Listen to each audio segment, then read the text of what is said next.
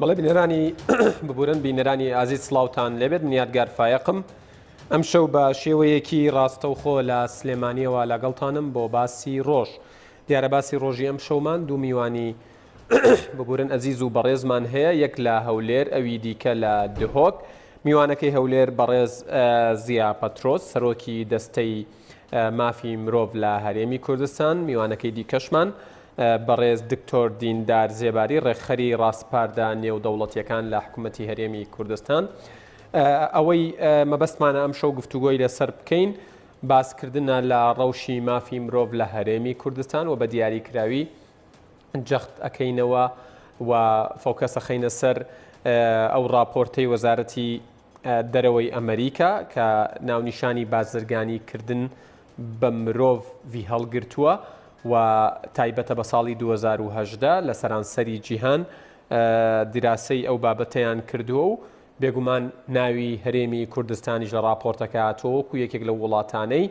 کە بازرگانی یاخود ئەو جێگەیانەی کە بازرگانی کردن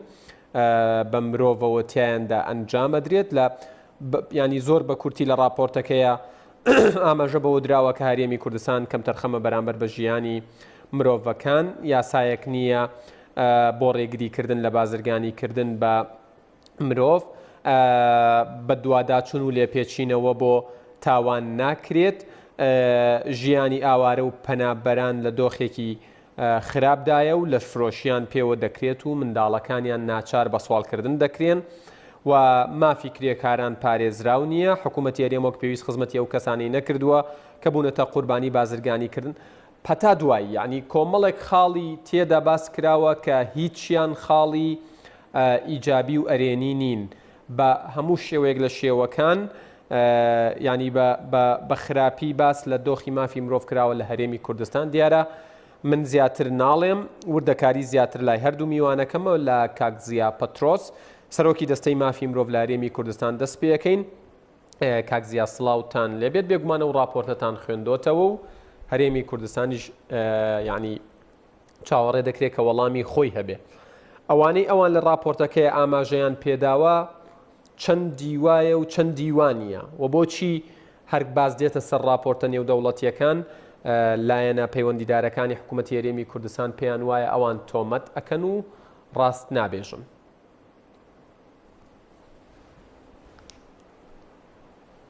بەڵێ سڵاو لە ئێوە و لە بینەرانی کوردستانی تیV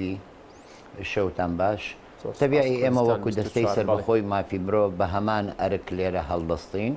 و راپۆرتەکانی ئێمە دیارە و بڵاو کراوە لە سایتەکانی خۆمان و لە هەمان کاتدا بۆ هەرسە سەرۆکایەتی دەنێردرێت و بە تایبەتی بۆ ئەنجومەنی وەزیران و وەزیرە بەرێزەکان و ئەوانەی کە لایەنی پەیوەنددارن بۆ چارەسەرکردنی ئەو کێشانێک کە لە راپۆرتەکە هاتووە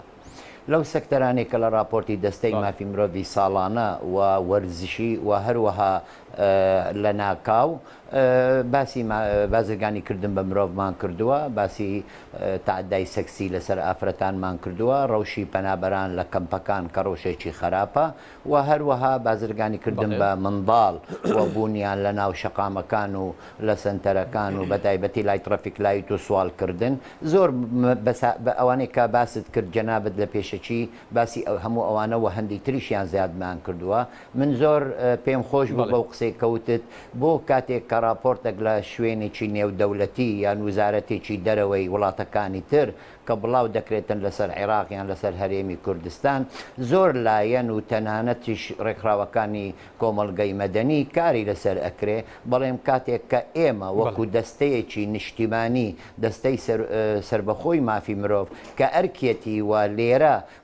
بە ڕوونی و بە باشی و بە تێر و تەسەری چاودێری ئەم شوێنە نەمان کردووە و بە دکیومنتمان تۆمار کردووە و بڵاوی دەکەینەوە بۆ ڕایگشتی و بۆ کۆنگرەیەکی ڕۆژنامەوانی بەڵام ئەوەندە ئەحتیمامی پێوە ناکەن بەڕاستی پێویستە حکوومەتی هەرێمی کوردستان احتیمام بە راپۆرتی دەستەکەی خۆی بکاتن چونکە ئێمەین کە ئەوەی ڕاستەقینەی هەرێمی کوردستان هێندەی گوێ لە راپۆرتە نێودەوڵەتیەکان و وڵاتانی غەیرە هەرێمی کوردستان دەگرێت هێندە گوێ لە ئێوە ناگرێت بەڵێ بالضبط بەڵێ ئەمە ڕاستە گوێ لە ئێمە ناگرێ و هەندێک لایەن هەیە کە ناویشیان لە راپۆرت هاتووە و راپۆرتەکەش خودی ڕاستەوخۆ بۆ نووسینگەی وەزیری بەڕێز دەنێردرێ و لایەنی پەروەندار و دام و دەستگای پەیوەندار تەنانەتیش وەڵامی راپۆرتەکەی ئێمەیان نەداوە و نەشیان وتووە کە ئەم راپۆرتە گەیشتوتە دەستمان و کارمان کردووە و چیان کردووە بۆ ئەوەی هەماهەنگی نێوانمان هەبیتن چونکە ئێمە دەستەیەکین ڕاستە چاودێری ڕەوشی مافی مرۆڤ دەکەین و دکیومنت و راپۆرت نووسین بەڵام ئێمە بەم ڕوانگەوە سەیری ئەم وەزعەکەین بۆ چاکسازی بۆ ئەوەی ئەگەر هەڵەیەک هەیە چاکی بکەینەوە کەواتە پێویستە ئەو لایەنە پەیوەندارە کە ناویان لە راپۆرت هاتووە ڕاستەوخۆ هەماهەنگ من لەگەڵ ئێمە و سەردانی دەستە بکەن بە تیمێکی هاوبەش بینەوە سەر ئەو خاڵە یاخۆ ئەم وەزعی کە ئێمە ڕژاندمانەوە کە بینیومانە باسمان کردووە ئەبێ پێکەوە بڕۆین و بزانین ڕێگە چارەسەرەکەی چییە بەڵێ نایکەن تەنانەت هەندێک ئەگەر بڵێن دوو وزارەتێک بە بەردەوامی لەگەڵ ئێمە هەماهەنگم باقی هیچ بایەخیان نەداوە بەم راپۆرتە من لێرەوە و لە کەناڵی ئێوە داوا دەکەم لەم وزارەت و لایەنە پەیوەندارە کە ناویان لە راپۆرتووە کە ئێمە بۆیان دەنێرین بە فەرمی بە نووسراوی فەرمی لە دەستا ئەم راپۆرتە بە باشی بخوێنن و لیژنەیەکی تایبەت دابدرێن بۆ ئەوەی ئەو خاڵانەی کە هاتەوە بۆ بزان ڕاستی و سەبارەت بە راپۆرتەکەی وەزارەتی دەرەوەی ئەمریکا بازرگانی کردن لە هەرێمی کوردستان تا چەندە ئەو راپۆرتە و زانیاریانەی کە تیایدا باس کراوە زانیاری ڕاست و دروستن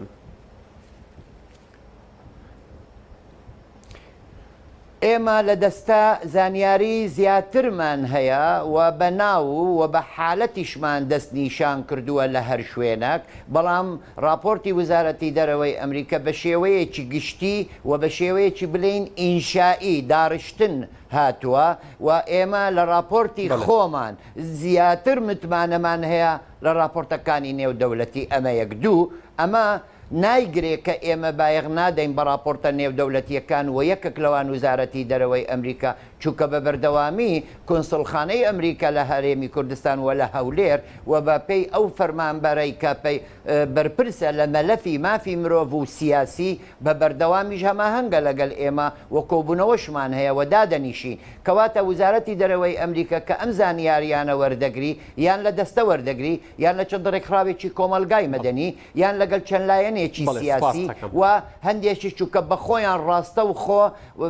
لاوازە دەرچوونیان و ئەم حالەتەی کە تۆماری دەکەم بە چاوی خۆیان ببینن وەرگرتنی زانیاریە و کۆکردنەوەی زانیاری و داڕشتنیان بە راپۆرت ئێمە بە پێچەوانەوە ئێمە بە خۆمان تیمەکانی خۆمان لە فەرمانبەر لە سەرتانسەری هەرێمی کوردستان بە دیوانی دەستە و نووسینگەکان بە فەرمی دەچینە لە شوێنەکان و ئەو زانیاریەی کە هەمانە هەمووی بە دکیۆمێن دانراوە لە دەستەوە هەر کاتێک هەر لایەنێک بێتن ڕخنەی هەبیتن یان بۆ بە دوواداچوون ئێمە ئامادەین بۆ ئەوەی بۆیان دەربینین بەڵێ سوپاس دەکەم ئەچینە لای بەڕێز دکتۆر دیندار زێباری ڕێکخەری ڕاستپاردا نێودەوڵەتیەکان لە حکوومەتی هەرێم بە سوپاسەوە لە دهۆکەوە لەگەڵمانە دکتۆر سڵاوتان لێبێت دیارە لە سەرەتای بەرنامەکە لەگەڵ بەڕێز زیا پەترۆس سەرۆکی دەستەی مافی مرۆڤ باسمان لە کۆمەڵێک لایەنی مافی مرۆڤ کرد دوایی من پرسیاری ینی ئەو پرسیارانەی کە لەناو قسەکانی ئەوە بۆم دروست بووە ئەو پرسیارانە شەکەم بەڵام با لە راپۆرتەکەی وەزارەتی دەرەوەی ئەمریکاوە دەست پێ بکەین سەبارەت بە بازرگانیکردن بە مرۆڤ ئەو زانیاریانەی لەو راپۆرتە هاتوون سەبارەت بە هەرێمی کوردستان وای پیشان دەدا کە هەرێمی کوردستان جێگەیەکە بۆ ژیان نابێت ئێوە لەو بارەیەوە چی ئەڵێن بەڵێ سپاس بام دەرفەتە سپاس بۆ کەناڵ 24 و ئێوەی ئازیز سپاس بۆ برای ئازیزیشمان کاک زیا پەترۆس لە دەستەی سەربەخۆی مافی مرۆڤ بە ئەوەی بەشدار بین پێکەوە لەو تەوەرە دیارە سیستەمی نێودەوڵەتی وای دەخوازێت کە وای بوو دەچێت کە چاودێریەکی نێودەوڵەتی لەسەر وڵاتان هەبێت لە مەشتە هەرێمی کوردستان بەشەکە لە وڵاتی عێراق و ئەو چاودێریانە بەو شێوە کراوە بنسبة إما وكو هرمي كردستان إما رابورتي نيودولاتي بجرينج والدجرين چون كسياستي ما أويا كشفاف بين لجلان نيودولاتي و بيجي هرمي كردستان لسراسي نيودولاتي بهستر بكرت روش بدواي روش لسراسي رابورت ناو خويا كانش بالتأكيد أو سيستم وشاوديري كي تري تايبتها كدستي سربخو راستخو لجل وزارة معنية كان ديكات أوي كمن بربسيارة تيم تدها أويا ك لجل قنصلجري أمريكا بتايبتي لجل أمر رابورتي كدرج ولم دوا يد مانجي حفتي 2018 عفوا ما إنا وراستي سال 2018 أوي كجرينج حقت بو إما كباسي اللي يمكن لو تورب كرت مختصر أويا ك رابورتا كرخنا ما لها يك أم رابورتا راسيدا أو چندين جار أمريكا تكراري دكاتوا وزارة الدروي أمريكا تكرار دكاتوا إما راستخو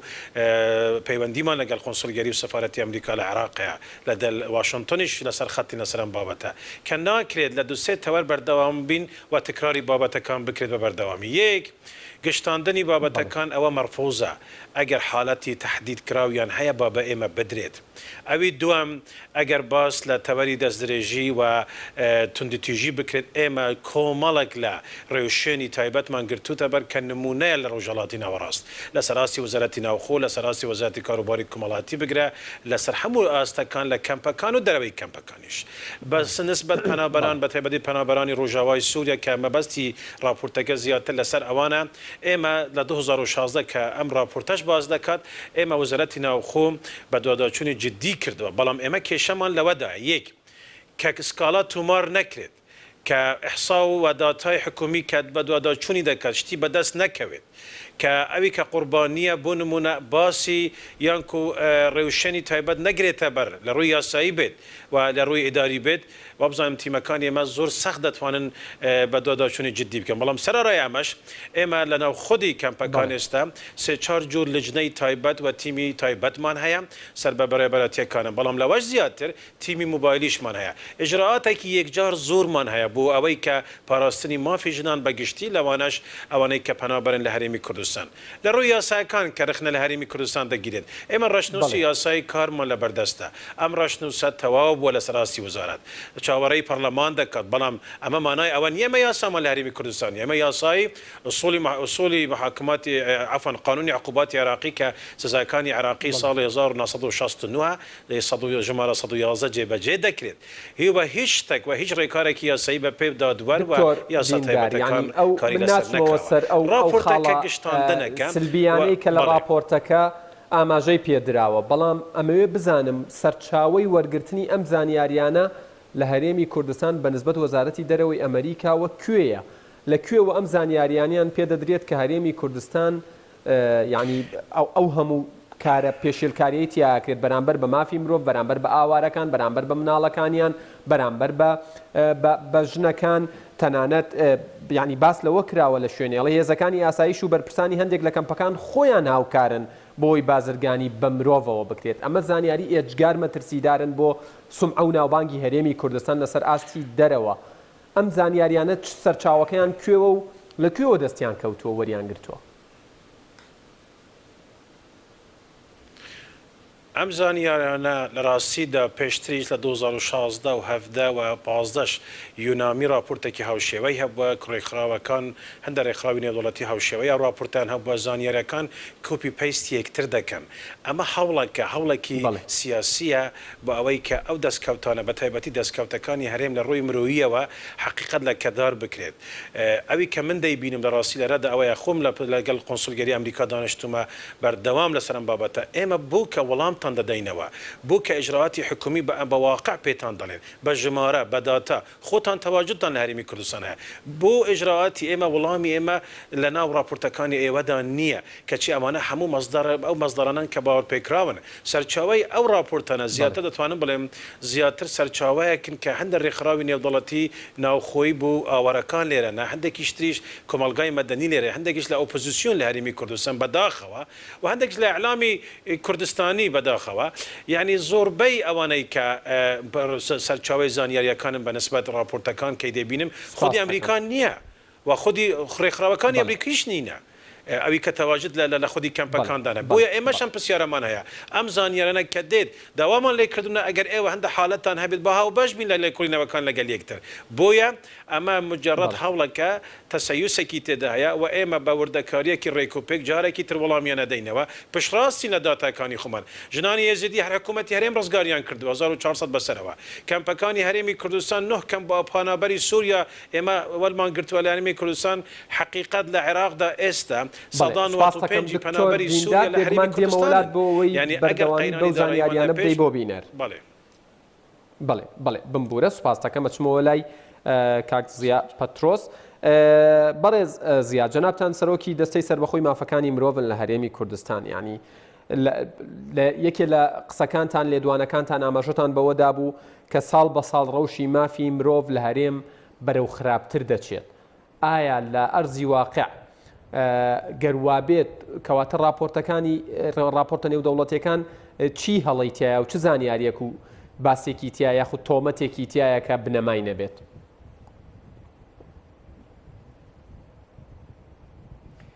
ئێمە وەکو دەستەی سەربەخۆی مافی مرۆڤ ئەم راپۆرتانە زۆر بە ئەحتیمام وەردەگرین و نەکو ئەوەی کە ئێمە کردومانە کەم و کوڕیەکی تیابی یان نەمانتوانیە ڕووماڵی بکەین ڕەنگە لەم راپۆرتانە سوودیشی لێ وەردەگرین ئەوانیش بەڕێگایەکی تر بەڵام پێش ئەوەی ئێمە ئەم راپۆرتانە پشتڕاست بکەینەوە لای خۆمان ئێمە بەدووادا چوونی بۆ دەکەین زۆر جار لە راپۆرتە نێودەوڵەتیەکان ئەو زانیاریانەی کە هاتووە لە لای ئێمەش تۆمار کرایە و ڕەنگیشە لای ئێمە زیاتر من یەک پیشنیارم هەیە بۆ کاکدیندار وەکو ڕاستپاردەیە بۆ وەڵامدانەوەی راپۆرتە نێودەوڵەتیەکان و زۆر جاریش هەماهەنگی نێوانمان هەبووە بەڕاستی یان ئێمەژە بێ حەقیقەتێکە باسی بکەم هەموو ساڵ کاتێک کە ئەمە راپۆرت دەنێرین و بۆ خودی کاکدیندار و موسسەکەشی دەینێرین و بە وردی پاژمان گەگمانگەکنی وەڵامی ئێمەشیداوە وەڵامەکانیشی هەمووی لای ئێمە پارێزراوە ئەو هەماهەنگێ نێومانەیە بەڵام پێویستە ئەم دەستگایە نەک تەنها وەڵامی راپۆرتی ئێمەش بداتن ئەوەی کە لە ناو راپۆرتەکە هاتووە چارەسەر بکرێ بەڵام کێشەکە لەوەدا نییە کاتێک کە راپۆرت دەربکرێ برای عەزیزم مەوزوعەکە لەوەیە ئێمە وەکو دەستە بەڕاستی بە مانگ و بە هەفتانە زۆر جار هەیە بە نووسراوێکی فەرمی یان بە سەردانێکی فەرمی لایەنی پەیوەنددارمان کردووە کاتێک کە سکاڵەمان وەرگرتووە چی لە کەمپەکان چی لە کرێکارە بیانیەکان چی لە ڕەوشی مافی مرۆڤ لە هەموو سەکتەرەکانی ژیانە لە هەرێمی کوردستانە چی بە نووسراوی فەرمی چی ڕاستە و خۆ سەردانی لایەنە پەیوەنددار و دەستگای حکوویمان کردووە کە حالەتێکی وەها هەیە پێویستە ئەم دەستگایە بە ئەحتیمامەوە بگری و بە ڕۆژانە و بە هەفتانە چارەسەری بکاتن نەیەڵی بمینێتەوە کەواتە مانەوەی ئەم حالەتانە و دوا کەوتنیان و چارەسەر نەکردنیان کۆکراوەیەک دەبیتن بۆ لایەنێکی تر کە بکرێتە زانیاریەک بدرێتە لایەنێکی نێودەوڵەتی وەکو وزارەتی دەرەوە بەڵام کاتێک کە چارەسەر کرا کە بێنەوە بۆ ئەوەی بزانن ئەم وەزعە چۆنە بە تەکید ئەم لایەنە باسی ئەوە ئەکاکەوە حالەتێک بووە بەڵێ و دەستەی سەربەخۆ ئێمە ئاگاداری کردوین و ئێمە چوین و حالەتەکەش چارەسەرمان کردووە و ئێمەش کە بێن مفاتحی ئێمەش کە بەڵێن بەڵێ ئەوە تا وزراوی فەرمیشمانەیە ئەبێ ئەم بەنشیەوە چارەسەری کێشەکان بکەین نەک وەزعەکان بەجێ بێڵین بە نسبەتی ملاحەزەکەم هەیە لەسەر قسەکانی کاکدینداری ڕاستە ئێمە یاسای سزادانی عێراقی 111969 هەموارەکانی ڕاستە باسی بازرگانی کردن بە مرۆڤ کراوە بەڵام کاتێک کە دادوەر حکمی قەزایی خۆی بداتن لەسەر حالەتێکی هەوا بە ئیجتیهادەوە دەیرێتن چونکە بە تەفسیلی و بە وردی لە یاسای سزادانی عێراقی نەهاتووە چۆن دادگایی بکرێ ئەوانەی کە بازرگانی کردن بە مرۆڤ دەکەن کەواتە پێویستە هەرێمی کوردستان یاسایەکی تایبەتی خۆی هەبیتن یان ئەوەیە یاسای بازرگانی کردن بە مرۆڤ کە لە عێراق دەرچووە ئەبێ ئەو یا ئستینفاز بکرێتن وەکو خۆی یان ئەوەیە هەندێک بڕگە و مادەکانی خۆی هەموار بکرێتن بە پێی دەستوری عێراقی ڕێگە پێدراوە لە پەرلەمانی کوردستان یاسایەک دەربکرێت کەواتە ئێمە زۆر جارچەختمان کردووە و پرۆژە یاسایەکیشمان داوە بۆ بەرلەمانی کوردستان ئەمە زیاتر لە 2 ساڵە بۆ ئەوەی ئەم یاسایەکی هەنووکەیە و زۆر لە کاتی خۆ حالەتێک ئێستا هەیە لەوانەیە کە حکم دراون بێژە بەڵێ بمبورە بەڵێ. دکتۆر دیندار ینی ئێوە لە لێدوانێکدا ئاماژەتان بەوە داوە کە بەڵێ تۆمەت و ڕەخنە لە راپۆرتەکە هەیە گەر زۆر بە کورتی و پوختی بۆمان باس بکەیت ئەو تۆمەت و ڕەخنانەی کە ئێوات یاخود ئەو تۆمەتانی کە دراونەتە پاڵ هەرێمی کوردستان و ئەو ڕەخنانەی وەکو مواسسەکەی خۆتانەتانە لە راپۆرتە چییە؟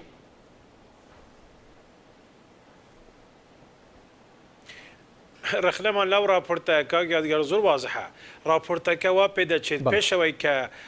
زانیاریشی دابێت بریاری داوە کە دژایەتی ئەم بابەتە لەسەر هەرێم بیکات یەک ئێمە لە ڕووی یاساکانەوە باسمان کە ڕەشنووسمان لە بەردەستە یاساشمان هەیە تا حدێک جێبەجێ دەکرێت ئەوی کە جێبەجێ ناکرێت بۆ ئەوەی کە یاسای کاری ئێستا کە لە بەردەستمانە لەگەل یونیسف باشترین یاسای کارمان داڕشتووە چاوەڕێی پەرلەمانین بۆ ئەوەی پەسەند بکرێت دەبێ باسی ئەم ڕۆی شوێنانە بکرێت کە حکوومەت یارێم گرتوتە بەر ئەمە یەک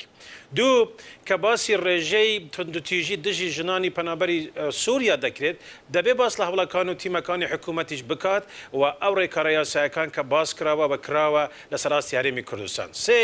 تۆمەت لە هێز ئەمنیەکان ئەم تۆمەتە من داوا دەکەم سکاڵاکەی با پێشکەش بکرێت داوا دەکەم هەرچی ڕێوشێنەکە با پێشکەش بک بەڵام ئێمە چیمان کردووە ئێمە وەڵامی قونسڵگەری ئەمریکامان دایتە پێش 2 ساڵ ئێمە هاتوچوونی ناوخودی کەمپەکان بە ڕێوشێنێکی تایبەت لە پاش راپۆرتی یونامی لە 2016 زۆر تونترمان کردووە ئیجراعاتمان وەرگرتووە خەڵکمان دەرکردووە لە هەندێک لە کەمپەکان ئەگە شکیشمان لەسەر هەبوو لەلایەن هێز ئەمنیەکانەوە بۆیە هیچ هەڵوێستێکتان وەرگرتووە بەرامبەر بەوەی کە ئێوە بەدەم راپۆرتەکانیانەوە چن تێبینیەکانیان جێبەجێ ئەەکەن کێشەکان چارەسەرەکەن کەچی ئەوان ئاماژە بە هەوڵەکانی هەرێمی کوردستان نادەن بەڵکو واتون شتی زیاتریش بارێمی کوردستان ئەڵێن و تۆمەتی زیاتریە دەنە پاڵ کاک یادگار ئەمی ئەم راپۆرتانە دەنووسێت ئەمانە ئەمریکیەکان نانووسن ئەمانە لێرە لە هەندە ڕێکخرا و تەعاقودیان لەگەل هەیە هەندێک کەساتی دەنووسن بوون ڕخنەم لە وەزارەتی دەرەوەی ئەمریکا گرتووە پێویستە پێکەوە دانیچین ئێمە هاو بەشین لە زۆر شت لە ڕووی پاراستنی بەرژەوەندیەکانی گشتی وە سەقامگیری لە وڵاتدا ناکرێت تومەتی بێماناتە ئاراستی حکوومەتەکان بکرێت بۆیە من داوام لە حکوومەتی ئەمریکا کردووە لە کۆبوونەوەکانی ئێمە حەزەکەن شەفاف و واضح من تومەتی بێبنەما و شمولی بە ئێمە نەدرێت چونکە ئێمە جددینە بۆ معلوماتی جەناب تەنها حکوومەتی هەرێم وەڵامی راپۆرتەکان دەداتەوە ئێمەش ئیشمان تەنها ئەوە نییە وەڵام بدەینە بۆ خەڵک لە غەڵەت لەمە تێنەگات ئێمە احتمام و باوەری تەواومان بە سیستمی نێودەوڵەتیەیە لەسەر ئاستی حکومڕانی لە هەرێم کە وەڵام دەدەینەوە نەک وەڵامە ئێمە هەوڵە دەین هەوڵەکانی حکوومەت باز بکرێت تەحەدیەکانی حکوومەتیش باز بکرێت کە باسی خزمەتگوزاری پەنابەران دەکرێت منیش پرسیارم لە UN و لە کۆمەلگای دەولی ئەوەیە بۆ لە 2018 تەنها 7% ئەو پارەی کە داوا کراوە خەرج بکرێت و پەنابەرانی سووریا لە هەرێمی کوردستان تەنها 7% بە UN گەشتووە حکوومەتی هەرێم لە قەیرانی داراییدایە ئەگەر ئەو بۆ شەڵتەرەکان بنمونە باسی شەڵتەرەکان دەکرێت ئێمە لە هەرێم باشترین نمونەمان پێشکەش کردووە داتا ژمارە کێسی چارەسەرکرا بە سەدان کێس چارەسەر کراوە لە شەڵتەرەکان بە ئەمریکەکانمان داوە ڕێرە ڕخنەمان ئەوەیە تو تۆمەت بە ئاراستە دەکەی 3 ساڵ بە دوای یەکتر وەڵامیشت وەرگرتووە ڕێکارەکانیشت وەرگرتووە ئەجراعات و داتاکانش وەرگرتووە دەبێ و ئاماژە پێ بکرێت بۆیە ئەمە ڕەت دەکەینەوە بە جددی ئەمە هەوڵەکە بۆ ئەوەی شێواندنی معلومات بکرێت تەساوریش ناکەن ئەمریکەکان ئەم راپۆرتان نوویس بێت ئەم راپۆرتە پشت بەستراوە بە هەندێک کەناڵ کە موسساتی دەرەوەی موسساتی خۆوانە و ئەمە دەبێت پشتڕاست بکەنەوە ناکرێت ئەمریکا وڵاتێکی گەورە و زلهێزە پشت ببەستێت بە هەندێک کەناڵی ئۆپۆزیسیۆن ئەوانە یاکرد دژاتێکیان لەگەل هەرێم هەبێت بەرشێوەیەک بەڵێ سوپاس دکتۆر دیندار بێگومان دێمەوەلاتان بۆ کۆتا پێیان بەڕێز زیە یعنی بێمەوە لای جەنابتان سەبارەت بەوەی هەر جارێک جەنابتان ئاماژەتان بەوەدا بوو کە ڕەخنە لە ڕێکخراوی هیومان ڕایتس وۆچەگرن بۆ نمونە چونکە راپۆرتەکانی لەبارەی مافی مرۆڤ لە هەرێمی کوردستان بە سیاسی کراون و دکتۆر زێباریش ئاماژەی بەوەداوتی کە یعنی ئەم بابەتانە بە سیاسی کراون و بە مەبەست کار بۆ ئەواکرێت کە وێنەی ڕێزگرتنی مرۆڤ یاخود وێنەی کارە مرۆیەکانی هەرێمی کوردستان لە گیانی دەرەوە بشێوێنرێت و ناشرین بکرێت پێت وایە ئەمانە لە پێناو چیا ئەکرێن و ئێوە چیتان کردووە بۆی دەنگتان بگات بە لایەنەکانی دەرەوە و تیان بگەێنن کە ئەمە بە سیاسی کراوە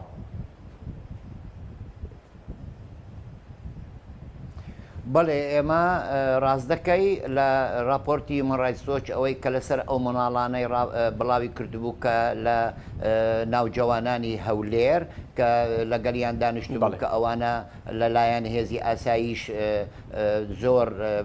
توژی تونند و تیژی و بوونەوە و لێدراون و ئێمە ڕاستە و خۆ بەخۆم بە ڕاستە و خۆچ و سەردانی ئەوانم کرد و ئەوەی کە من تێبینیم کرد لەگەڵ 65 لەو مناڵانە دانیشتم ئەو زانیاریانێک کە بە من دەستم کەوت زۆر جیاواز بوو لەوەی کە هیومەن ڕایتس زۆر بڵاوی کردەوە ئێمە راپۆرتەکمان نرد و لایەنە پەیوەنددارەکان و ڕخراوەکانی نێودەوڵەتیش ئاگادارمان کردوتەوە و وتمان ئێمە ئەو زانیاریەتان دەدەینێ بە بەڵگەوە و ئێمە استعدادمانەیە هەرکێکە بێتە ئێرە بیان بین بە پێکەوە لە وەفدێکی فەرمی بۆ لای ناوجوانان باگوێ بیستی زۆر بە کورتی پێم بڵێ بۆچی ئەم راپۆرتانە بە سیاسی کراون بەرژەوەندی چییە لەوەی ئەم راپۆرتانە بە سیاسی بکرێت ئێستا پێڵێ زۆر بەکورد یعنی لای ئێمە هەمومان ئەشکرایە هیومەن ڕایتس وۆچی منەظەمەیەکی سیاسیە و هەروەها وزارەتی دەرەوەی ئەمریکی ئەم راپۆرتەر دەیدەینی ئەویژە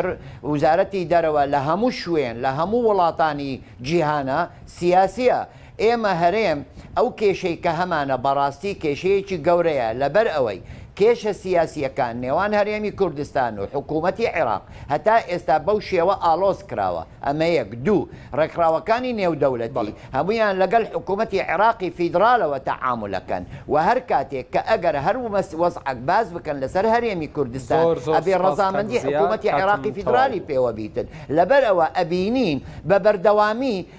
ئەگەر مەجالەکە بدێ یەک دقە بە بەردەوامی ئەبینین راپۆرتانە بە بەردەوامی ڕەخنەگرتن لە هەرێمی کوردستانە و ئەو کارێ دەکرێت بەڵام بە دوور خستنەوەی حکوومەتی فیدرالی عێراق لە کاتێک دەکە حکوومەتی فیدرالی عێراق بەرپرسە بۆ چارەسەرکردنی ئەو کێشانەی کە لە ناو هەرێم و لەو راپۆرتانە باز بکرێتن چونکە هەرێم هەتا ئیمڕۆ بەشێکە لە عێراق و بابەندە بە دەستوری عێراق بەڵێ دکتۆر دیندار زۆر بە کورتی پێم بڵێ کۆتاپەیامی خۆتان لە ڕێگەی کوردستان 24ەوە سەبارەت بەو راپۆرتە چییە چ بۆ حکوومەتی هەرێمی کوردستان ناوخۆیان خود بۆت ئاستی دەرەوە زۆر بە کورتی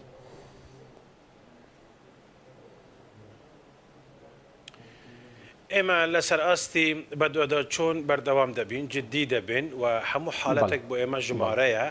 و ڕێکارەکانی خۆمان بە ورتر و ڕێکوپێکتر و بەرەو باشتر و پێشتر دەبین بەنسبەت دەرەوە وزارەتی دەرەوەی ئەمریکا ئێمە لە هەوڵی جددی داین بۆ ئەوەی میکانیزمێک بدۆزرێتەوە